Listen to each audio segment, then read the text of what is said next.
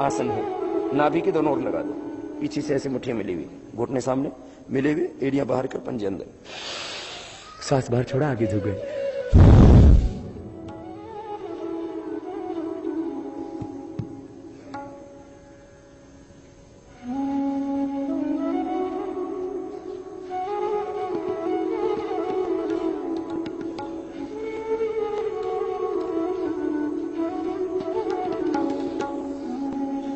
श्वास बाहर छोड़ के थोड़ी देर आगे रुकते हैं, 10-15 सेकंड से लेकर के आधा मिनट तक रुका करो आगे। आप देखो पेट में धड़कन सी होगी, नाभि के दोनों ओर जो मुठ्ठियां लगी हुई हो महसूस होगी धड़कन।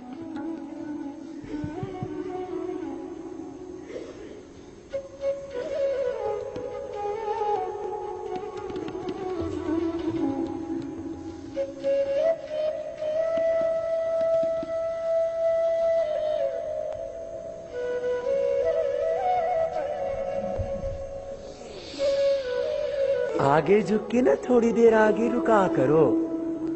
कुछ तो उल्हाना सा तारते हैं, नीचे जाते झट से ऊपर आ गए और यूं आ गए। ये उल्हाना सा मत उतारना भाई। बायां हाथ नीचे ऐसे हथेली, दायां उसके ऊपर। ऐसे एक एक अभ्यास को कितनी कितनी बार कर सकते हैं? मोटापा के लिए तो बताया था मैंने, 50-50 बार तक कर सकते हैं। ये 5, 10, 15 बार तक कर सकते हैं।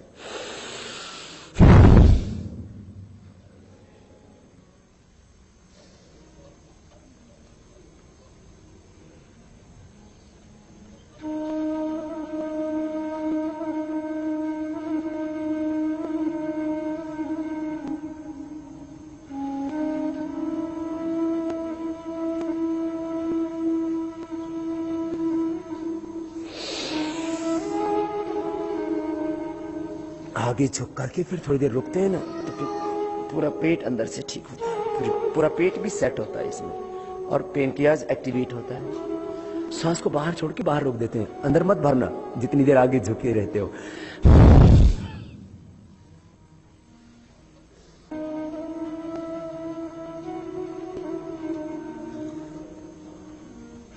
गर्दन सीधी,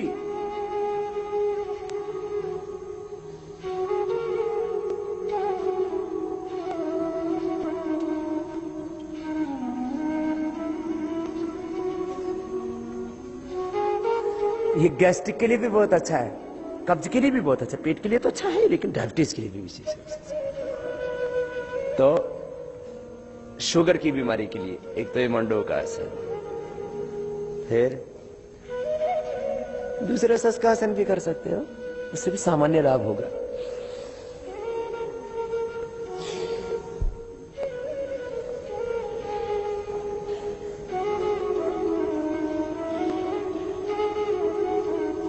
फिर हाथ ऊपर उठा लो। हमारे मुस्लिम भाई भी नमाज पढ़ते हैं तो उनके आधे आसन तो योगासन उसी में हो जाते हैं।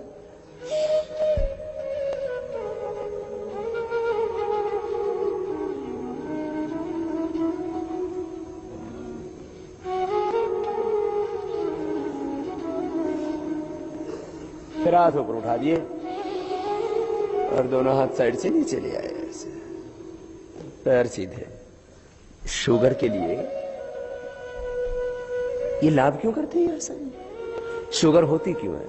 पेनक्रियाज कमजोर होने से। जैसे मोटापा के बहुत कारण बताए मैंने कि उसमें भाई आहार गड़बड़ हो जाए, नींद गड़बड़ हो जाए, उससे गड़बड़ होती है। जेनेटिक आदि दूसरे कारण बताए। मेटाबॉलिज्म गड़बड़ होने से मोटापा होता है, थायराइड की प्रॉब्लम होने से मोटापा होता है, T3, T4, TSH का इम्बैलेंस, हार्मोनल इम्बैलेंस। फिर वो साथ के साथ पहले जो कारण बताए थे, जेनेटिक रीजन से, फिर बैक्टीरियल, एनवायरमेंटल, कई बार कोई ऐसा जीव की तरफ। तो पेनक्रियाज को एक्सरसाइज जिससे देंगे तो उससे पेनक्रियाज के बीटा सेल से रीएक्टिवेट होंगे, रीजनरेट होंगे। दाएं पैर मोड़ लो, तो जिससे कि पेनक्रियाज को व्यायाम मिलेगा। वो सारे आसन और व्यायाम शुगर के लाभकारी होंगे। फिर इसमें खान पान के ऊपर भी ध्यान देना पड़ेगा। खीरा, करेला, टमाटर का जूस पियो, गिलोय की गोली खाओ, जामुन की गुठली खाओ, करेला। ऐसे भी खीरा, करेला, टमाटर का जूस पिलाते हैं। ऐसे करेले को सुखा करके पाउडर भी बना सकते हैं, जामुन की गुठली का पाउडर बना सकते हैं। गिलोय रोज खा सकते। गिलोय से मोटापा भी कम होता है, शुगर भी कम होती है, और रसायन है, और वात पित्त कफ की बीमारियां, और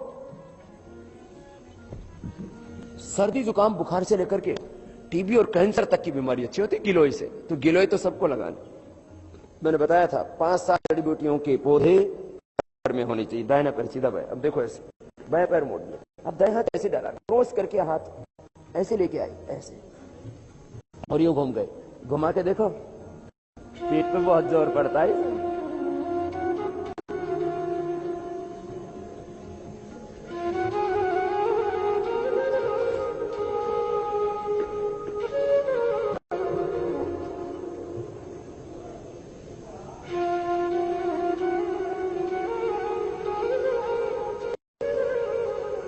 समझ में आया? ये शुगर के लिए मंडूकासन, शशकासन, वक्रासन। अब एक शुगर के लिए और है आसन, उसका नाम अर्धमत्स्येंद्रासन। ये तो ऐसे घूम गए ऐसे, तो इससे भी वही फायदा है। अब अर्धमत्स्येंद्रासन में थोड़ा और ज्यादा घूम जाएंगे। बायां पैर मोड़ लिया, दाहिना पैर उसके बाहर की ओर रख दिया ऐसे। फिर क्या किया, जो बता रहा हूं उसको ध्यान से सुनना, फिर वैसे ही करना। फिर बायां पैर मोड़ा, दाहिना पैर ऐसे बाहर की ओर रखा। अभी दायां पैर मुड़ा हुआ है ना, तो बाएं हाथ ऐसे डाल दो, और इससे कोशिश करो जो पैर खड़ा हुआ है उसका पंजा पकड़ लो, और फिर ऐसे घूम जाओ। घूमो, ऐसे पूरा घूम जाते हैं।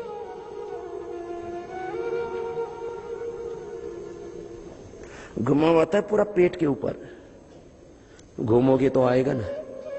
है?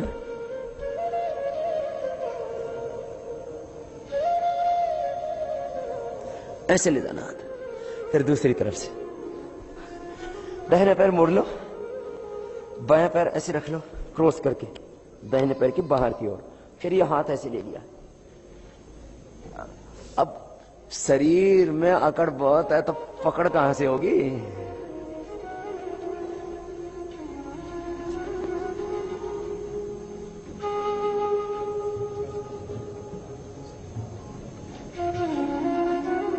समझ में आया कुछ? पैर सीधे। अब मंडूकासन, शशकासन, वक्रासन, अर्धमत्स्येंद्रासन के बाद पद्मासन में बैठ जाओ। योग मुद्रासन। शुगर के लिए ये 5 आसन कर लेंगे तो अच्छा रहेगा। बाकी तो सारे बहुत से आसन है, लेकिन कम से कम इतना मिनिमम। बायां पैर दाहिनी जगह पर, दायां पैर बाएं जगह पर, बिल्कुल आसान है। ऐसे किया, ऐसे किया, ठीक है ना? समझ में आ गया? अच्छा, शरीर थोड़ा भारी भरकम हो, घुटनों में ज्यादा दर्द हो तो नहीं किया जाता है। वज्रासन भी नहीं किया जाता है, पद्मासन भी नहीं किया जाता है घुटनों में ज्यादा तकलीफ होने पर। तो फिर आगे झुकने का नाम योग मुद्रासन, और हाथ पीछे रख करके आगे रख करके 2 तरह से किया जाता है। ये शुगर के लिए अच्छा है। बाएं हाथ के हथेली नाभि के ऊपर, दाएं उसके ऊपर। इसका नाम है योग मुद्रासन। क्या नाम है बोलो? याद भी होना चाहिए। और योगाभ्यास ने पूरे आनंद से, प्रसन्नता से, एकाग्रता से, मस्ती से करना चाहिए।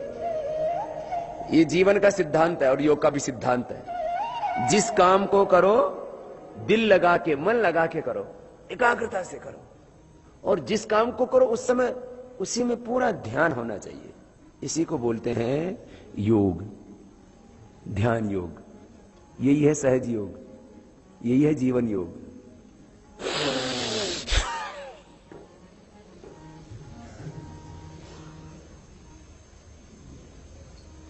झुको झुको झुको, थोड़ी लगा दो जमीन पर।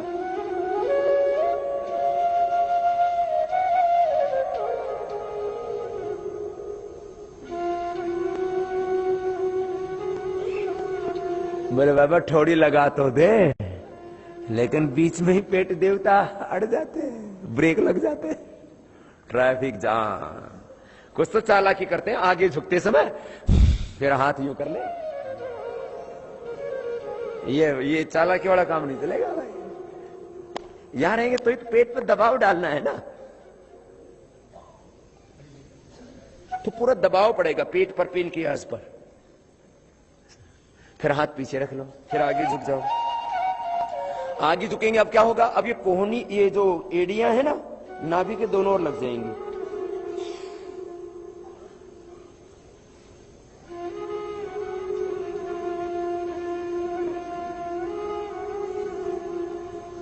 समझ में आ गया ना, कितना अच्छा है ना। ये 5 आसन तो सबके लिए जरूरी है। आजकल टाइप 1 डायबिटीज बच्चों को भी हो गई है। डायबिटीज के लिए भी कपालभाति बहुत जरूरी है, अनुलोम विलोम भी जरूरी है। जितना ज्यादा ऑक्सीजन जाएगा उतना ही शुगर ज्यादा बर्न होगा। ये शुगर हजम कहां होता है? शुगर पेट में थोड़ी हजम हो जाता है, पूरे शरीर में हजम होता है। एक एक सेल के अंदर माइटोकॉन्ड्रिया होता है, जहां से उस सेल की बैटरी है, वो पावर हाउस है उसका। तो एक एक सेल के पास, ये skin cell, blood cell, bone cell, हर सेल के पास में एक शुगर जाता है। और फिर क्या होता है, फिर वो उसका मुंह खुल जाता है, तो उसमें शुगर घुस जाता है और ऑक्सीजन घुस जाता है। अकेला शुगर घुसेगा तो भी कुछ बात नहीं बनेगी, अकेला ऑक्सीजन घुसेगा तो भी नहीं, दोनों घुसते हैं साथ साथ। और वो अंदर जाके माइटोकॉन्ड्रिया में वो ग्लूकोज और वो ऑक्सीजन एनर्जी के रूप में कन्वर्ट हो जाते हैं। तो जितना ऑक्सीजन ज्यादा मिलेगा उतना ज्यादा शुगर कंट्रोल रहेगी। इसलिए अनुलोम विलोम और लंबे श्वास जरूरी है। और जितना पेनक्रियाज अच्छा होगा तो इससे पेनक्रियाटिक जूस बनता है, वो इंसुलिन बनता है, वो शुगर को कंट्रोल करता है, वो उसको डाइजेस्ट करने में मदद करता है। तो 2 तरह का शुगर होता है, एक पेनक्रियाज की गड़बड़ी से, दूसरा सेल काम नहीं कर रहे, उनके पास में से जो ऑक्सीजन गुजर रहा है और वो ग्लूकोज गुजर रहा है उसको अपने अंदर लेके हजम नहीं कर रहे हो। तो योगाभ्यास से बॉडी के सेल भी अच्छे होंगे और पेनक्रियाज के बीटा सेल भी रीजनरेट होंगे। ये दोनों बात। अच्छा खैर, अब डिटेल में बाद में और बताएंगे। बच्चों को डायबिटीज हो तो मयूर आसन कर सकते हैं, उससे पेनक्रियाज और एक्टिवेट हो जाता है, डीजनरेटिव सेल रीजनरेट होते हैं। योग का बहुत बड़ा लाभ है। तो खैर, अब मैं आपको बता रहा था पेनक्रियाज के लिए ये बच्चे कर सकते हैं। कैसे? ये तो मयूरी आसन है, ऐसे पद्मासन में बैठ के नाभि के दोनों ओर कोहनियां लगा दी और दोनों तरफ से शरीर उठा दिया।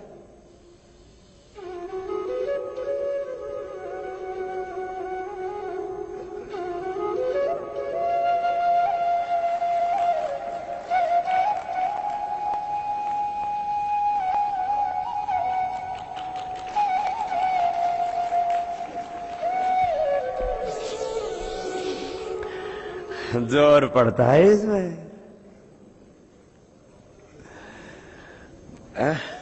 शुरू शुरू में तो हो सका, सिर आगे भी लग सकता है, सावधानी से कर लेना।